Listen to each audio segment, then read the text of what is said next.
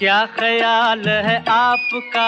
Mumbai film ইন্ডাস্ট্রিতে একসময় গুঞ্জনে ছিল দিলীপ কুমার ও মধুবালার প্রেম। রূপকথার মতো সেই সম্পর্ক ভেঙে যায় মধুবালার বাবার আপত্তিতে। বিচ্ছেদের পর হঠাৎ করেই মধুবালা বিয়ে করেন কিংবদন্তি কণ্ঠশিল্পী কিশোর কুমারকে, কিন্তু তখন তিনি ছিলেন অসুস্থ, হার্টের জটিল রোগে ভুগছিলেন। এই বিয়ে সবাইকে চমকে দেয়, কারণ তাদের সম্পর্ক আগে জানা ছিল না। অনেকে ভেবেছিল এটি ভালোবাসার বিয়ে, কিন্তু কিশোর কুমার নিজেই বলেন ভালোবাসা থেকে নয়, প্রতিজ্ঞা রক্ষা করতেই বিয়ে করেছিলাম।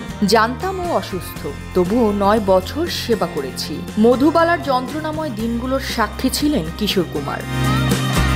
মায়ের বাড়িতে রেখে চিকিৎসা করাতেন, হাসানোর চেষ্টা করতেন, কান্নায় পাশে থাকতেন। তিনি বলেন, ওর মতো প্রাণোচ্ছল মানুষকে 9টা বছর বিছানায় দেখে বুক ফেটে যেত। আর এ জ্যোতি, দৃষ্টি 24।